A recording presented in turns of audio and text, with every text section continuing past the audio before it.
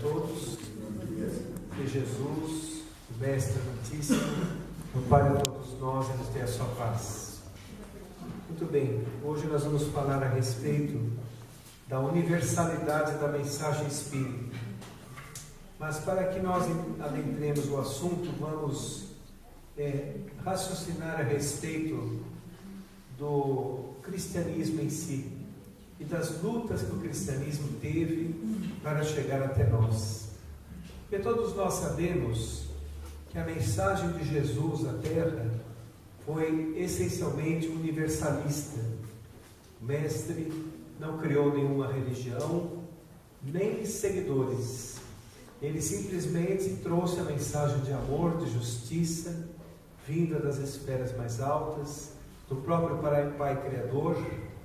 E aqueles que tinham olhos de ver e ouvidos de ouvir, uniram-se em torno desta mensagem renovadora de Jesus, a água viva, a verdadeira vida, trazida até nós por seu magnânimo amor.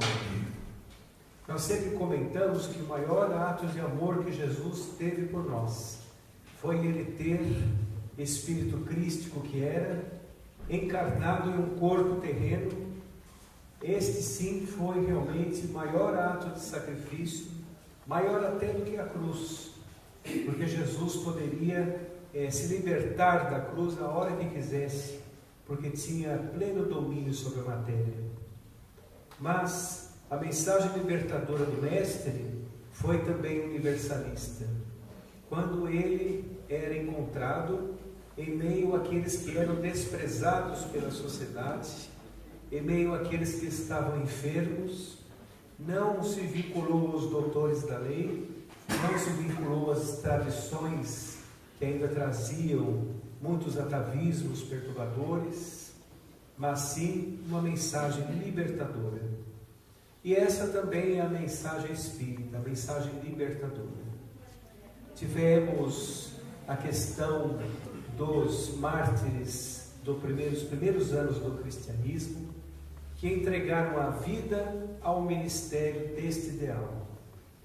E ao entregar a vida ao ministério desse ideal, deram um testemunho de fé e conseguiram fundar muitas comunidades cristãs, a exemplo de Paulo, que nós somos cristãos graças a Paulo de Tarso, que tirou o cristianismo ali da região da Galileia. Antes sacrificava seu corpo.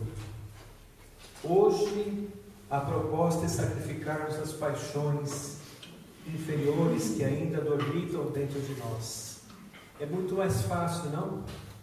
Inclusive, é o que se separava as pessoas de verdadeiro ideal na época dos primeiros anos do cristianismo, daqueles entusiasmados simplesmente.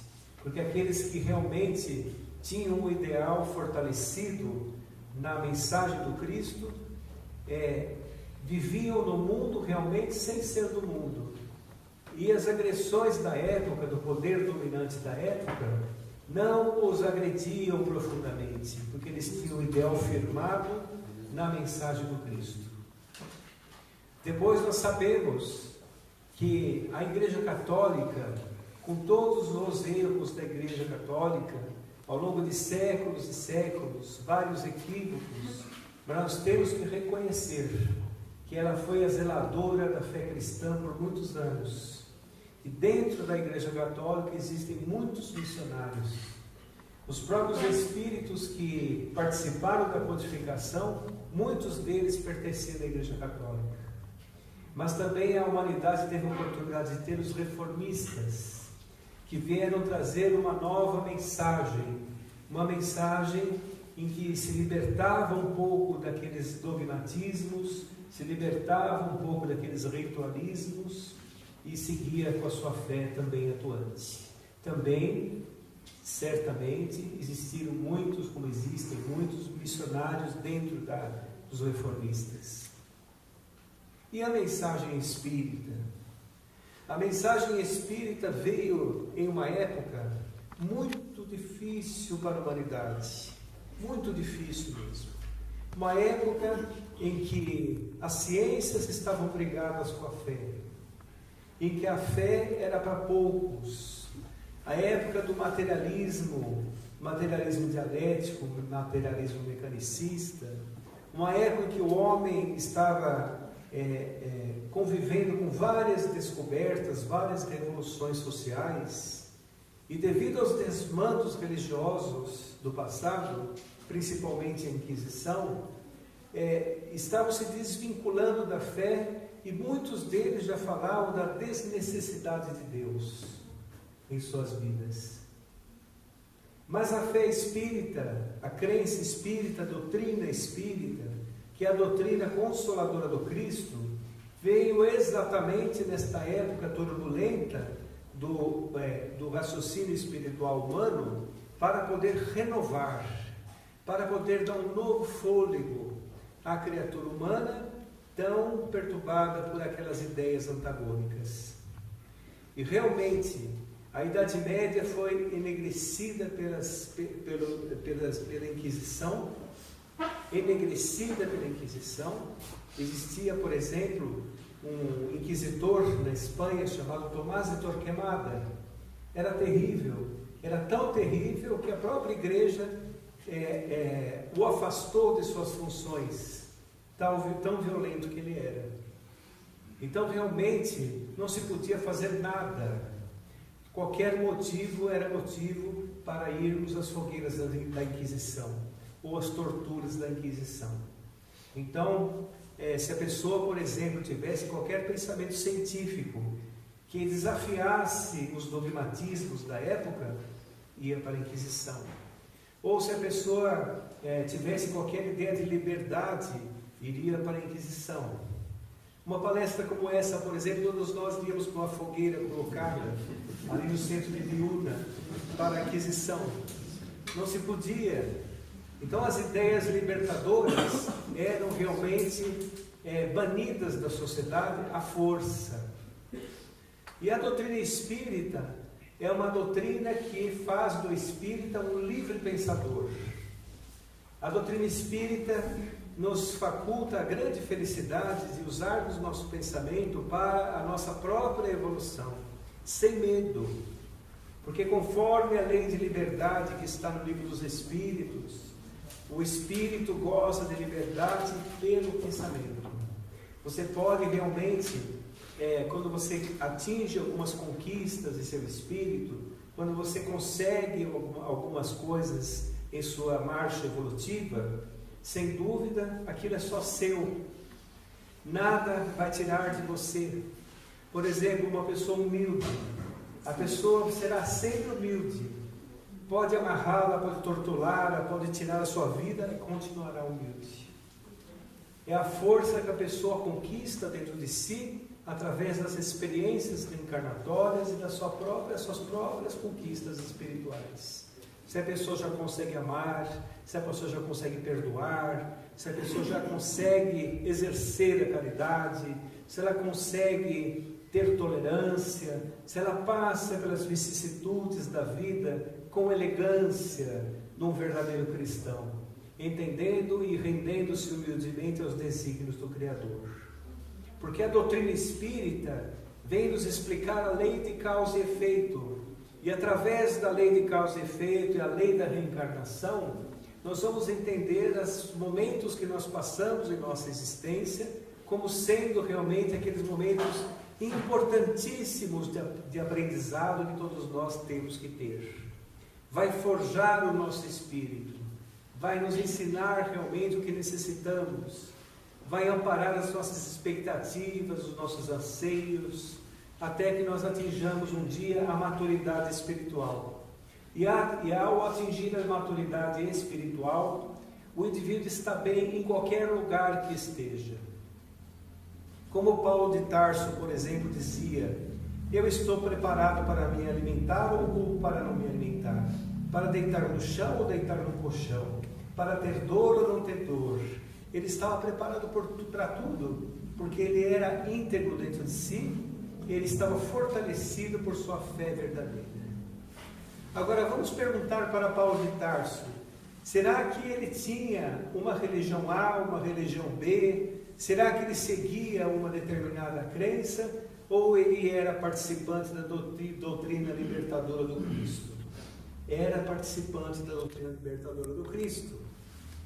Ele não se vinculava aos atavismos de nenhuma religião, porque as religiões, nós temos que entender, elas são muito importantes para a humanidade. Nós vivemos em um ambiente cercado de vários níveis evolutivos, vários níveis de entendimento, vários níveis de percepção. Então, o que acontece? As religiões são linhas de pensamento que se agrupam em afinidades e formam então as religiões. Importantíssimo para que o indivíduo consiga raciocinar a respeito de sua fé. Se aquela religião traz para você benefícios, se você se felicita com a sua religião, seja um bom trabalhador da onde você se encontra. Seja um bom trabalhador. Mas nós temos que entender que o âmago da mensagem é a mesma. É universalista. A mensagem espírita é universalista no sentido de seguir como base fundamental os ensinos do Mestre. Então vamos entender. É a doutrina que estuda a origem, a natureza, o destino dos espíritos e as relações existentes entre o mundo corporal e o mundo espiritual. O aspecto filosófico da doutrina espírita é fazer o ser crescer através da mudança das suas próprias atitudes, a evolução constante. E o aspecto religioso da doutrina espírita é a religião cósmica do amor. Como dizia Paulo de Tarso, porque Deus é amor.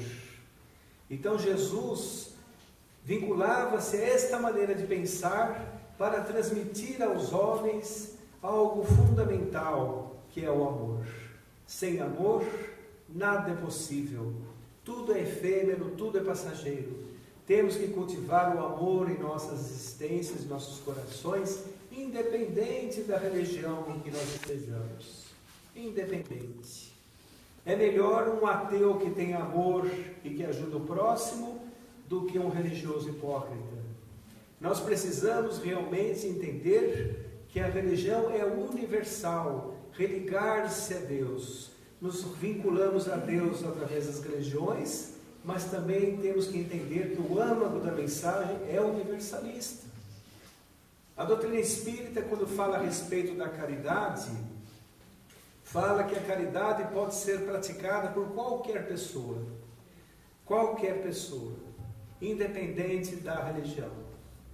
Também universalista. Não importa se você é ateu, se você é religioso, religião A, religião B, não importa se você é espírita, importa a caridade. Fora da caridade não há salvação. Vejam, eles não falaram fora do espiritismo não há salvação, ou fora do catolicismo não há salvação, ou fora do evangélico não há salvação. Eles falaram fora da caridade.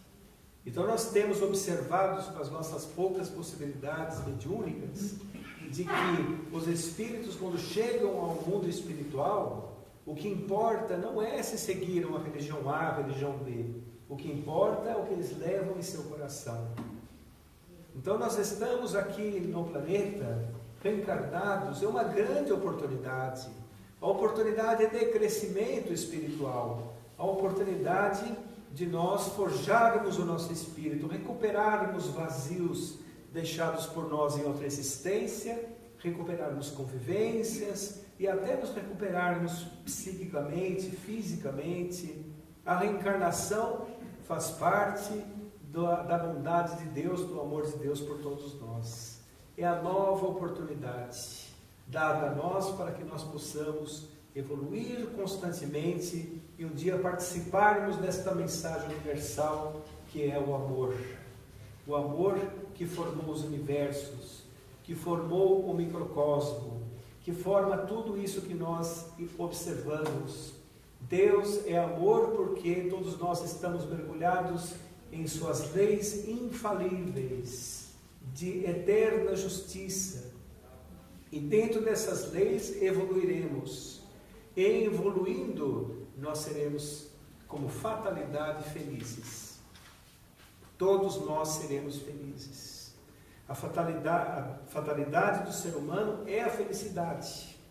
Não importa a maneira como nós cheguemos lá, seremos felizes.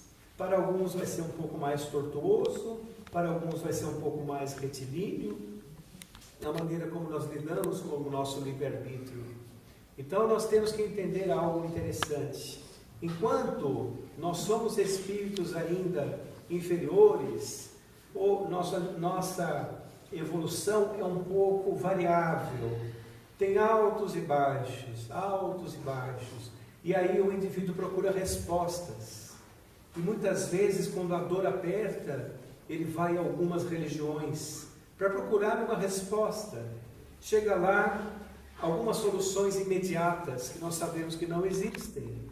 As soluções não são imediatas. O tempo de Deus é diferente do nosso tempo.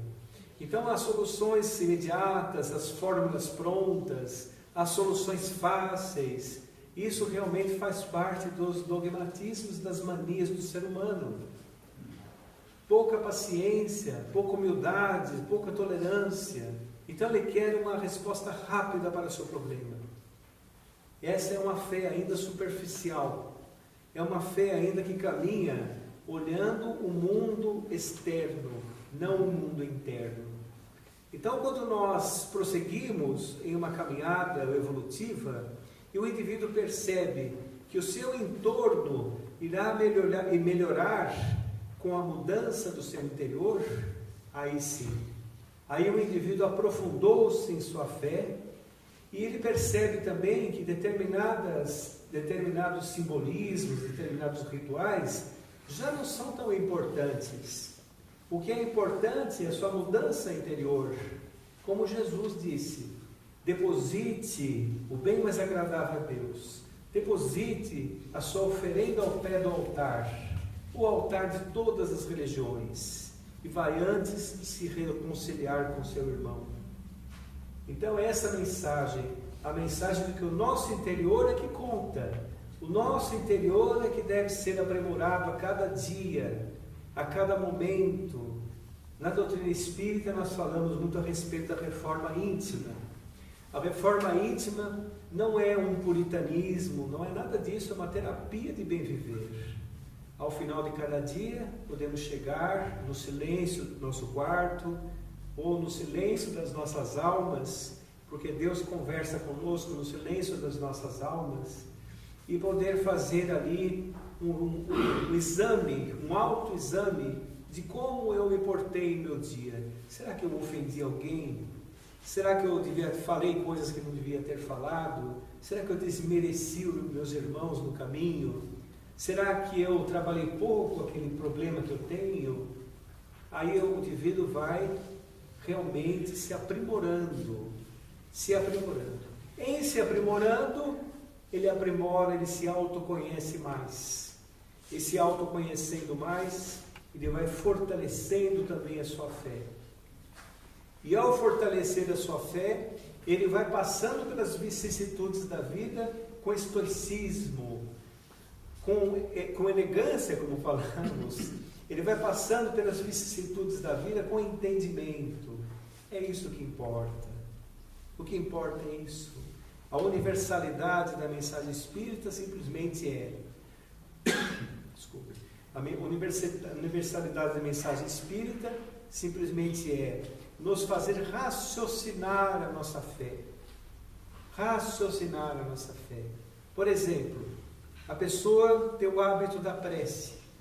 Toda noite ela vai lá e faz uma prece.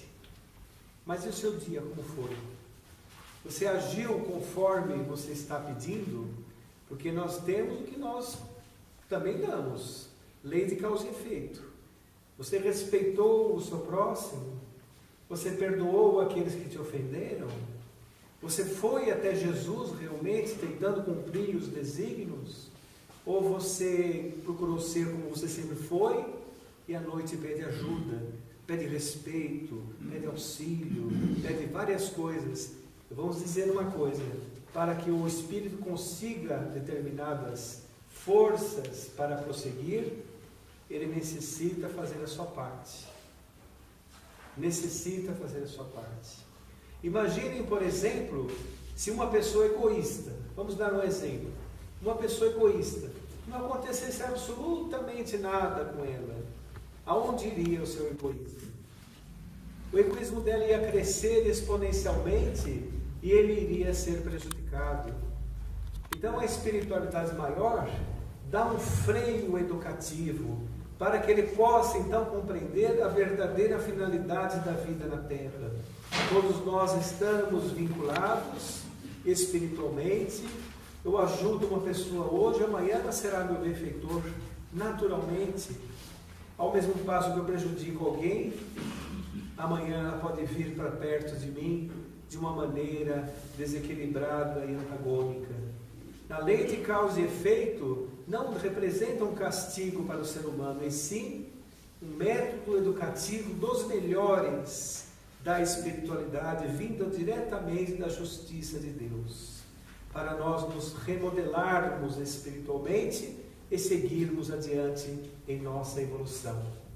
Então todos nós estamos colocados no lugar certo, na hora exata, no momento que nós deveremos estar. Todos nós estamos, podem reparar, às vezes você anseia alguma coisa muito importante para você e aquela coisa não acontece. Aquele momento não acontece. Quando você menos espera, acontece. É porque o tempo é diferente. Naquele momento, talvez se acontecesse aquele momento que você queria, você iria se perder. Mas no momento certo acontece. Outra informação importante que a doutrina espírita nos dá é a respeito da imortalidade. Não é? Muitas pessoas têm medo da morte. Acham que a morte será realmente o fim. No livro dos Espíritos fala a respeito disso. Fala a respeito que o medo da morte está vinculado a está cristalizado em nós por alguns hábitos tradicionais, como por exemplo, falar que o homem vai ficar eternamente ardendo numa fogueira, ou que o homem irá responder por suas falhas se não cumprir tudo que Jesus disse, e as pessoas sabendo que não cumpriram nem a metade, nem um quarto, elas têm aquele medo da morte, não é? Então o que acontece? O medo da morte é vinculado a algo que não foi ainda explicado, e a doutrina espírita tem nos dá essa felicidade de explicar que a morte não existe. O Espiritismo matou a morte, porque através das comunicações mediúnicas, através da lógica da razão, através de tudo que a doutrina espírita nos expõe, nós sabemos que nós estamos em um momento provisório. Esse momento provisório é o momento em que nós caminhamos pela Terra, às vezes com preocupações, com ansiedades, mas temos que entender que esse momento é muito curto. Muito curto. Nós não somos espíritos que estamos vivendo experiências materiais, experiências espirituais. Nós somos espíritos que estamos vivendo experiências de encarnado, muito curta. E essa passagem nossa pela Terra é uma grande oportunidade para todos nós. Porque quando o indivíduo desencarna, ele vai para regiões da vida espiritual compatíveis com o seu estado evolutivo, compatíveis com aquelas conquistas que nós comentamos. E lá ele convive mais ou menos com pessoas mais ou menos da mesma evolução. Quando nós reencarnamos, os níveis evolutivos misturam-se para nosso próprio aprimoramento. E como é que isso ocorre? Numa família, por exemplo, existem espíritos de variados graus evolutivos. Em uma família terrena tem espíritos ali que estão a primeira vez juntos no seio familiar. Tem as pessoas que você necessita se recuperar, estão mais próximas de você. E aquelas pessoas que algumas delas que vão te ajudar também estão por ali, para juntos trocarem experiências, perto, ali no seio familiar, que é a célula da sociedade, a família, não é? É a célula da sociedade. Um homem, nesse nível espiritual que nós estamos, ainda não consegue enxergar a família como todas as pessoas, a família universal, né? Como Jesus disse, quando foi foi chamado, falou: sua mãe e seus irmãos estão ali te esperando. Quem é minha irmã e quem são meus irmãos? Todo aquele que cumpre a vontade do meu Pai são meus irmãos. Então, olha a diferença da mensagem. A lógica de Jesus é uma meta a ser atingida por nós. É uma meta a ser atingida por nós.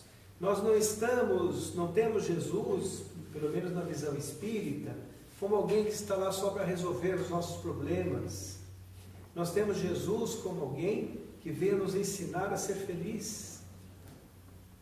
Então, quando Jesus fala assim: vinde a mim, todos vós que estáis aflitos e sobrecarregados, eu vos aliviarei. Tomai sobre vós o meu fardo, leve meu fardo e suave meu jugo. Vinde a mim. Quando ele falou isso, vejam que ele disse assim: eu vos aliviarei. Eu não vou resolver todos os seus problemas que cabe a você resolver em suas reencarnações, em suas etapas reencarnatórias. Porque se ele fizesse isso, estaria atrapalhando a nossa própria evolução. Eu vos aliviarei, eu vos darei força, eu vos darei ensinamentos, eu vos darei paz e tudo o que você precisa para você mesmo cumprir as suas etapas reencarnatórias. Mas em seguida a advertência: vinde a mim. Será que nós estamos indo até Ele? Será que nós estamos realmente fazendo o que Jesus nos pediu para a nossa própria felicidade? Ele não pediu para Ele, Ele pediu para nós mesmos. Nos recomendou, nos ensinou. Será que nós estamos perdoando incondicionalmente? Estamos sendo tolerantes? Estamos orando pelos que nos perseguem e caluniam? E outras tantas coisas mais? Ainda não. Por isso sofremos. Agora, não é para desanimar. Importante é a pessoa tentar, não é? A boa notícia é essa. A espiritualidade superior, ela quer que ela observa muito a nossa intenção. Porque ela sabe os nossos momentos evolutivos. Ela sabe realmente que não é fácil viver nesse mundo que nós vivemos e não é fácil também o nosso nível evolutivo. Então ela sabe que é gradativo o ensinamento. O ensinamento é gradativo, é paulatino. Então eles sabem, por exemplo, que se nós afastamos um sentimento perturbador, já é uma grande vitória. Uma grande vitória. Nós teremos tempo para isso, teremos as reencarnações sucessivas. Mas não é para se acomodar no tempo, não. Porque se nós nos acomodamos, nós sofremos. Não é bom se livrar do sofrimento? É bom. Só nos livramos do sofrimento com atitudes novas. Tem uma mensagem de Paulo aos Coríntios que diz assim: quando vier o que é perfeito, o que é imperfeito desaparecerá. Exatamente. Nós precisamos cultivar o perfeito dentro de nós. Um sentimento de justiça perfeita. Um sentimento em relação ao próximo, o mais perfeito que nós conseguimos. Pode ser que não consigamos o total, mas com pouco que se consegue, ganhamos séculos de evolução. Talvez em outras encarnações não estivéssemos nem pensando nisso. Né? Agíamos por conta do nosso orgulho, do nosso egoísmo. Agora estamos pensando um pouco. Já é uma vitória espiritual olhada pelo ponto de vista dos espíritos amigos. Então nós podemos entender assim: tudo acontece no seu tempo certo. Tudo acontece. E quando nós caminhamos com esse pensamento de autorrenovação, de melhora de nós mesmos, não melhora do próximo, porque o melhora do próximo depende do próximo. Aí nós vamos ter as provas e as expiações. Por exemplo, precisamos parar de espiar a vida do outro com S para não espiarmos com X depois. Não é? Nós temos que ter realmente respeito por aqueles que nos seguem, respeito por aquelas pessoas que estão à nossa volta. Então são atitudes nossas, só nossas. Não é do meu vizinho, não são dos meus pais, não são dos meus filhos, não são dos meus amigos. Não, é nossa. É o nosso mundo íntimo. A nossa casa mental, como diria André Luiz, não é? Nossa casa mental tem que ser renovada a cada dia. No livro Céu e Inferno, ou Justiça Divina à Luz da Doutrina Espírita, lá diz as etapas de renovação dos espíritos, não é? Código Penal de Vida Futura, lá fala a respeito de como o espírito se recupera ao longo de sua marcha. Ele se recupera em 3 etapas. É claro que dentro de cada etapa existe uma graduação muito grande, né? A primeira etapa é o arrependimento. Arrependimento. Vocês concordam comigo que a pessoa que se arrepende, ela já atingiu um certo nível de consciência? Porque a pessoa que não tem consciência ainda, desperta, quando ela prejudica alguém, ela vai para casa e dorme. A pessoa que tem um certo nível de consciência, prejudicou alguém, tira-lhe o sono. Ela não consegue, não vê a hora de se encontrar com a pessoa para se recuperar com ela, para pedir desculpas. É ou não é? É assim que acontece. Mas quando a pessoa ela atingiu um certo nível de consciência, o arrependimento é muito importante para a recuperação do espírito. É o início. É algo que ele se colocou no lugar do outro. E a doutrina de Jesus, ela é toda feita de empatia. Toda feita de empatia. Colocar-se no lugar do outro. Faça ao outro o que desejaria para si. Então, porque o arrependimento na vida espiritual é muito contumaz. É muito difícil mesmo. Quando a pessoa chega na vida maior, revestida do perispírito, que é toda sensação, quando ele se arrepende, ele revive todas as sensações e as imagens do que ele causou na Terra para a pessoa. Né? Então, se nós pudéssemos aqui na vida encarnada já nos recuperarmos, recomendamos.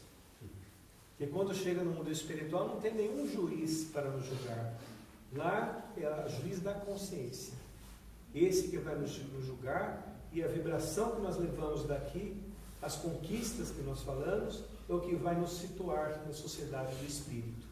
Então, o arrependimento é muito importante. Os espíritos dizem no livro Céu e Inferno que cada uma dessas etapas é muito difícil de ser conquistada. São muito difíceis de serem conquistadas, mas muito mesmo. E quando se conquista, é uma vitória muito grande. A segunda etapa, através das expiações, o indivíduo ganha entendimento. Então nós começamos a comentar assim, mas a reencarnação, nós revivenciamos as nossas experiências? Sim, revivenciamos. Nos colocamos no polo oposto do que causamos. Então, por exemplo, a pessoa comete um certo desatino com outra pessoa. Quando ele reencarna, sofrendo aquele desatino que causou, aquilo penetra nos refolhos da alma, aquilo entra dentro de seu espírito, na profundeza do espírito, como uma dor real, não somente superficial. E ele nunca mais vai fazer aquilo que fez, porque ele sentiu em si mesmo aquilo que ele causou no passado. Então a reencarnação preenche esse vazio deixado por ele mesmo, em outra existência, ou por nós mesmos, em outra existência. Essa é a função da reencarnação. É um importante, é o principal instrumento evolutivo de autoconhecimento que existe, a reencarnação. Então, através das provas e expiações, o indivíduo vai entendendo realmente essa questão de não fazer ao próximo aquilo que ele não deseja para si. Aos poucos ele vai forjando o seu espírito mesmo, entendendo e compreendendo isso que acontece. Então, através das provas e expiações vem o entendimento. Agora, a terceira fase de recuperação é a reparação. A reparação ela acontece também, é claro, através da reencarnação, mas através da reparação que pode acontecer em uma encarnação, pode acontecer em 2 reencarnações, 3 reencarnações, à medida que o indivíduo tem possibilidade de suportar a sua prova. Porque vocês sabem que nós não pagamos todas as nossas provas em uma única existência. É à medida do que nós temos capacidade e conseguimos pagar. É assim que acontece a reencarnação. Porque se não fosse assim, nos derrubaria a prova, ao invés de nos ensinar. Iria realmente nos prejudicar, ao invés de contribuir para a nossa evolução. Então, pagamos gradativamente. Nós vemos, por exemplo, muitos casos de pessoas que recorreram ao desatino do suicídio, por exemplo. A pessoa se suicidou. Hoje em dia, nós sempre comentamos nas palestras, porque nessa fase de transição planetária, nesses momentos que nós estamos passando, a questão do suicídio tem sido quase que uma epidemia mundial. A questão está muito séria mundialmente falando. E nós sabemos que o suicídio deixa marcas no perispírito muito sérias. Não é hora do indivíduo desencarnar.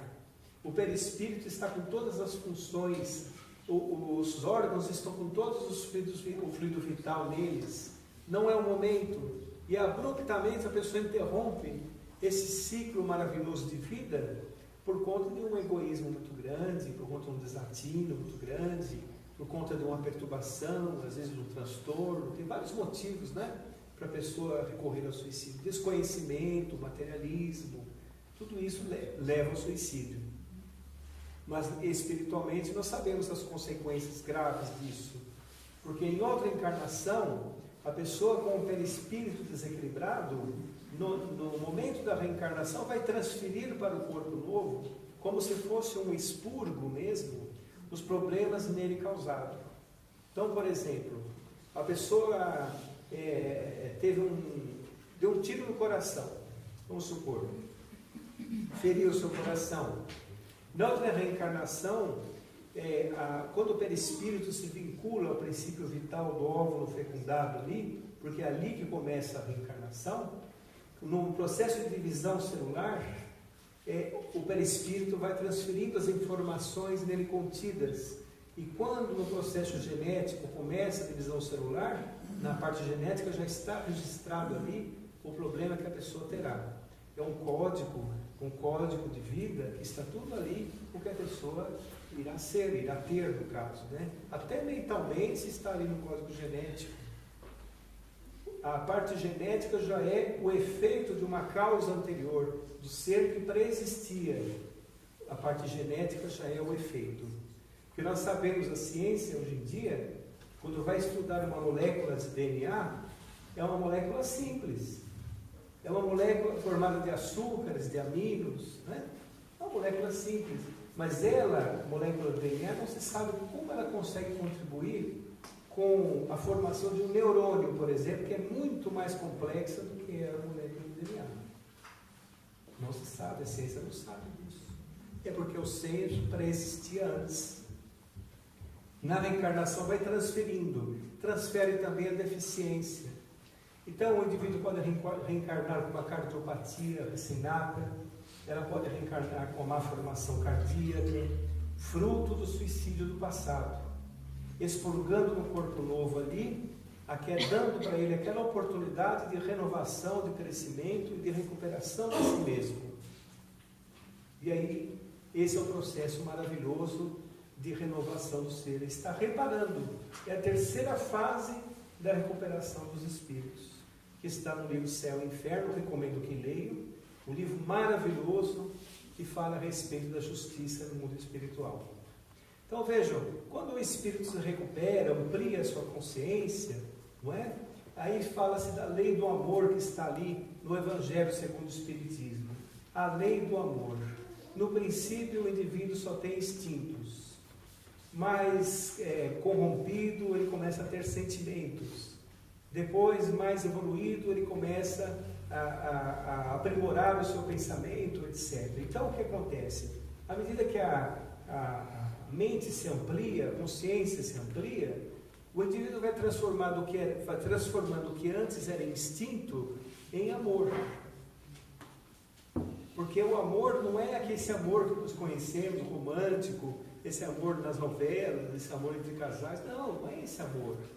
O amor é um sentimento construtor, um amor universal. E a universalidade da mensagem espírita, através das provas e expiações, através da reencarnação, através da lei de causa e efeito, nos conduz ao amor. porque essa é a finalidade da vida. Com o amor, nós participaremos da renovação da humanidade. Com amor, nós participaremos do crescimento de outros espíritos que estão na retaguarda. Com amor, nós suportaremos bem as nossas provas. Sem amor, nada é possível. Nós falamos da família. A família, sempre existe uma pessoa na família que é o esteio espiritual, que é para fazer a família se estruturar. Muita gente deve estar pensando, esse sou eu, né? Certo? Mas nem sempre. Pode ser que não seja. A pessoa pode ser até uma criança. Pode ser até uma criança. Eu já vi muitos casais desequilibrados que, quando nasceu uma criança, estruturou toda a família em torno da criança.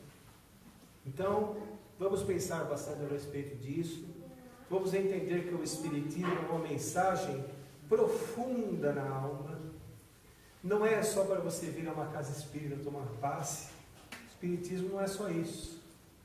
Não é só uma mensagem que você compreende, mas um amigo espiritual nos disse assim, Natanael, no caso, disse assim, nos momentos críticos da existência, é que você vai entender se você compreender o Espiritismo. Quando desencarna alguém, quando você tem uma enfermidade, ou quando você está com uma certa aflição, ou quando você está com medo, não é? O Espiritismo vem explicar, vem consolar, porque é o Consolador prometido por Jesus.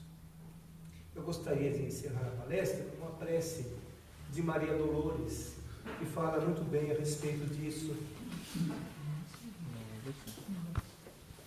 Bendito sejas, coração amigo, pelo pão que dás à porta, ao companheiro que se desconforta, pela penúria sem abrigo. Deus te faça feliz pela roupa que ofertas aos torturados do caminho, que tanta vez se vão e desalinham pelas feridas que trazem descobertas. Deus te conceda o prêmio da ventura pela ternura sorridente, com que levas ao doente o amparo do remédio e a esperança da cura. Deus te guarde na fonte da alegria, para lenir no esforço a que te des, a orfandade e a viuvez que vivem para a dor de cada dia. Deus te conceda o prêmio da ventura pela ternura sorridente, com que levas ao doente o amparo do remédio, a esperança da cura.